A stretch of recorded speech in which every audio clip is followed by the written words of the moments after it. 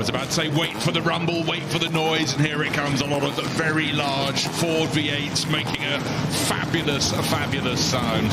You can pick your favourite, but for me, I absolutely adore that Shelby Cobra Daytona Coupe. We saw it up the front. That was winning the class in 64 and 65 at Le Mans and the championship. That was already starting to wipe Ferrari's nose in the dirt in the GT class. But what an array of cars, and of course the delicate little sports cars that were raced before all these big bangers came into fruition, just dotted in behind the Maserati, right in the middle, the white coupe, the car with the blue stripe up the nose, that's the Camerati Maserati Birdcage. So really exotica, the Aston Martin Formula 1 car, too little too late, the engine was at the front, the fashion had changed. 1960, Roy Salvadori, Carroll Shelby, two of the great storytellers of all time, got to race for that team, but they didn't have great stories to tell about Aston Martin in Formula 1 at that first attempt.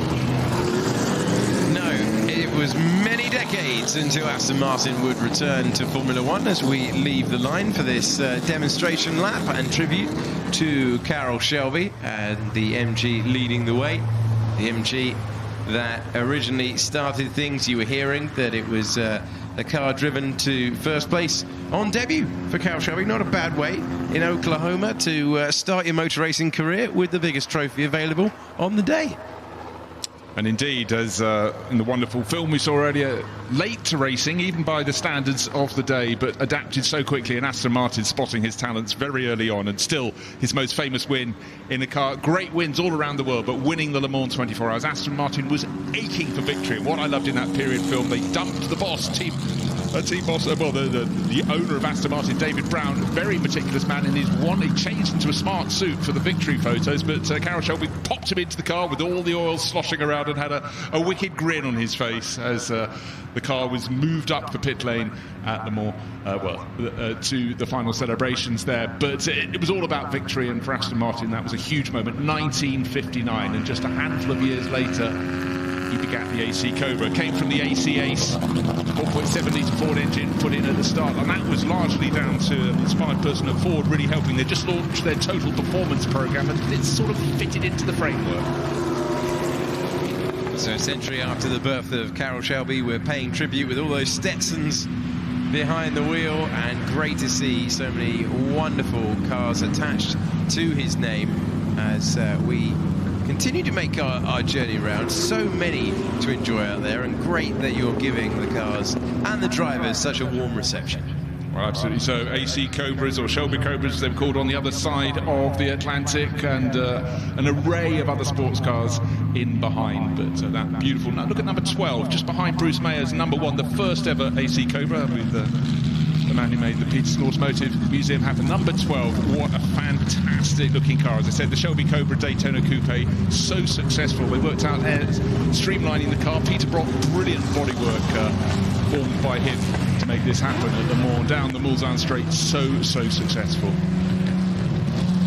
The driver who took victory in the 1959 Le Mans 24 Hours, and then, if that's not enough of a legacy, and it absolutely was at that stage, all of this association with Ford, and great that the pride that everyone takes of being associated. It was great to hear those interviews on the grid. Of course, everyone wants motorsport history could have gone either way, right time, right place, but certainly Carroll had the idea of putting a big American V8 into a European sports car in the 50s. It took until he got with AC, various manufacturers sort of threw him out on his ear. Jensen, Maserati, Di Tommaso, et al. He chatted to them all, and then just got the right time and the right place. And for AC, it lifted them to a different sphere of car production, and the world gobbled them up as fast as they could be built. But certainly for the small mark from Thames Ditton in Surrey, just to the west of London, it was a lifeline.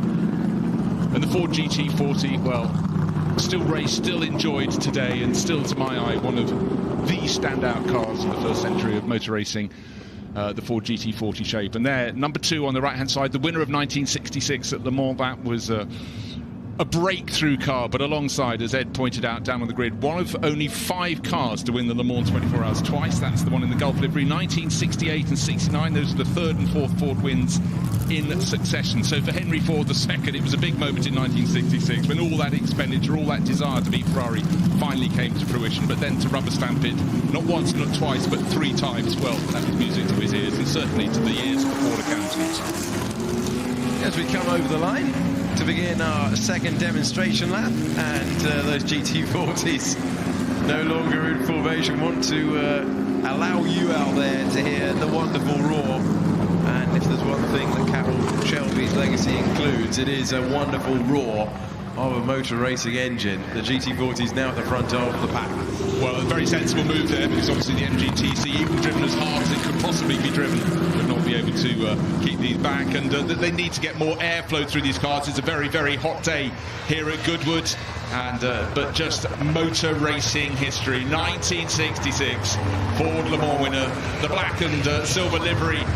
Bruce McLaren and Chris Amon, Kiwis in an all-black car, that seems to work, and we've had that livery on modern Ford GTs, and it's great to have heritage like this. This is the gold standard of Ford GT40 heritage. 3 of the 4 wins at Le Mans encapsulated in those 2 cars, and the field bunching up behind, a lot of people getting rather hot on board, and those without a roof over their heads, the glorious Maserati 300S just on the right hand side of the screen, car number 78. Certainly enjoying the view around the circuit, and the glorious Cameradi Maserati birdcage will be just on the right hand side of your screen very shortly. It's white with the blue stripe up the middle. And now a very early Ford GT40 number 6 on the left hand side. In fact, that was the Ford GT Mark II before he got the nomenclature of 40, which, you know what that stands for? 40 inches high. Very good. From road to roof. There's always a reason, there's always a logic behind it. The great thing about Goodwood, you see brilliant cars out on the circuit, and you learn something along the way as well. Actually, that rather broke down, because later in life Ford created the Ford GT70, and that certainly wasn't nearly 6 feet tall. It was just ready for 1970. Just needed to move it along. It is all so great that Ford recognised Carroll Shelby's contribution to their motor racing history, and teamed up in 2003 for a partnership that included a new design of the Mustang models for the company's centenary. So there's that glorious Maserati birdcage, and that was a lot of Carroll's racing was done this side of the Atlantic. He was one of the first Americans to really make his big stamp on the European scene, but the Cameradi run birdcage, entered by Lucky Kasner, was all about winning the USAC title stateside, and Carroll had some exquisite races in that. But of course he was also that year and the year before racing for Aston Martin in Europe, both in sports cars and of course then in Formula One, when they just had the engine at the wrong end. They've gone with a more historical approach by engine in front, where clearly with Lotus and Cooper the engine now works better in the back of a Formula One car rather than the front. Yes, when adding enormous power to the lightweight body for the Cobra, he said that's when you really find out about development, when the body of the car had way too much turning power from the engines he was putting in. But he did eventually, very quickly in fact, harness it, and left us with a motor racing legacy like few other people. Yeah, and again, I'll just reiterate the fact that he made it all happen by not taking no for an answer. He knocked on a lot of doors. Carroll did things his way. A very, very clear man, but beautiful words in the programme, actually, from grandson Aaron, explaining that Carroll did things his way, but if he had the right people with him, he let them get on with the job. He recognised their talents, recognised where his strengths laid, and as a motivator, you need a great motivator to make things happen. He was very much that person. These are lovely shots as we complete the second of our tribute laps to Carroll Shelby, and glorious day for it, and terrific to see so many in the field there, including that old Aston Martin from the 1960s. Just looking at the number 8, that's one of 2 Sunbeam Tiger Le Mans coupes in which Carroll prepared the engines, give them a bit of a helping hand for Le Mans, and these have raced hugely successfully over the 25 years of the Goodwood Revival. Great cars to drive, as you can see, really quite short from nose to tail, but with as much grunt as possible up front, they went very well indeed. And again, looking at that cam tail, the chopped off tail on that car, that very much was the aerodynamic thinking of the age. It gave stability to the cars, which is quite essential when you're going down the Mulsanne straight in the days long before the chicanes. Plenty of time to think, will I be able to turn into the corner at the far end? Mulsanne corner. Yes, absolutely. And the formation flying coming to a close. But something for everyone to remember out there. And great sound as we go over the line once again. Everyone taking the checkered flag and enjoying it, having demonstrated all these wonderful cars. Now the little mitter, you can see a little, well, looking at the black and white Cobra number 3, but there's a little Formula Junior car just in the background of the shot. This is the Formula 1 car, Aston Martin. The car was planned a couple of years before it hit the World Championship, and if only it had been launched in the first year, it might have had a chance in sort of 58, but it came to in 1960, and nothing that the combined racing talents of Carroll Shelby and Roy Salvadori could do to make it competitive, because by then you needed to be small. The following year, 61, it would have been outlawed anyhow because you needed a 1.5 litre engine, but it was a car too late in time, and its body shape not entirely different from the smaller white mitter, which will be coming along just behind it, little Formula Junior car. And the beauty of these celebrations is just to realise how many different sorts of cars drivers drove in the 1950s and 60s. Often they'd turn up at a race meeting and do maybe 2 of the support races along as the main race as well. And when that little mitter, car number 93, when that fires up its engine note, it will strip your ears. There's plenty on track at the moment that would.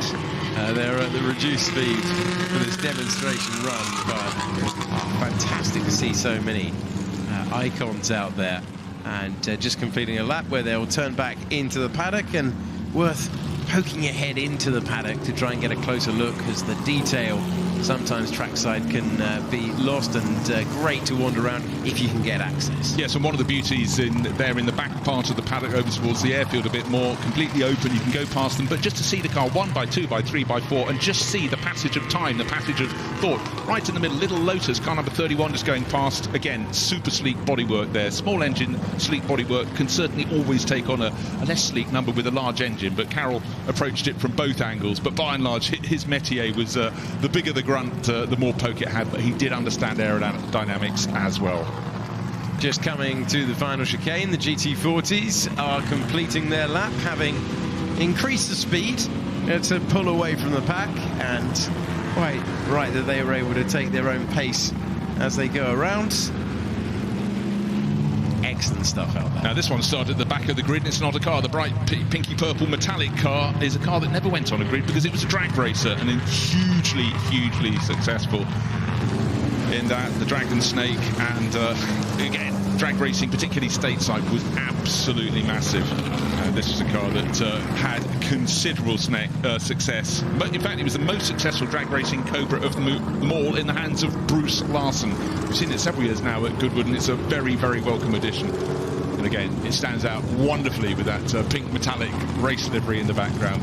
You know, certain shops have a mention, they call themselves never knowingly underestimated or something, but undersold, understated. This isn't understated, I've just bastardized that phrase. Well, we've got MGs out there, Austin Healey's, Jaguar C-types, Aston Martin, Ferrari, Maserati, Lotus that Bruce pointed out to you a few moments ago. So many. And then of course the AC Cobra that really made his name, then the GT40s that we've seen plenty of times. Car number 70's caught your eye. Well, it certainly has. Can you think, what on earth is that? We know it at Goodwood. We've seen it before. It's Balkowski's Buick, known as Old Yeller 2. And that was a one-off owned by Ernie Nagamatsu, driven by Shelby in a handful of races in 1960. And it was it seemed rudimentary, but you know what, having seen it race here over the years, it actually handled remarkably well. But again, just the diversity of machines that can be raced and were raced by Carroll. But then of course with congenital heart problems, rumour has it in 1960 when he was really starting to get a lot of pain, he raced with I'm sure my leg hasn't been pulled with this, a nitroglycerine pill under his tongue. But by the end of the year, angina had been identified, and it was over and out. No more racing for you, Mr. Shelby. And then of course all those creative juices, the competitive juices, still flowed, and he wanted to get that big Ford V8 into something. And of course the outcome of that is the car that's coming in at the tail of the field, AC Cobra, Shelby Cobra stateside, a car that stands the test of time, and anybody who's ever been treated, whether with the 289, that's the 4.7 litre engine, or the 427, that's the 7 litre, get that in a straight line, your eyeballs will eventually recover. Well, I hope you enjoyed that out there as much as we did in the commentary box, because there is so many cars out there to have enjoyed, all attached to a automotive icon in Carroll Shelby, and it was excellent to see the 50 cars out there all attached to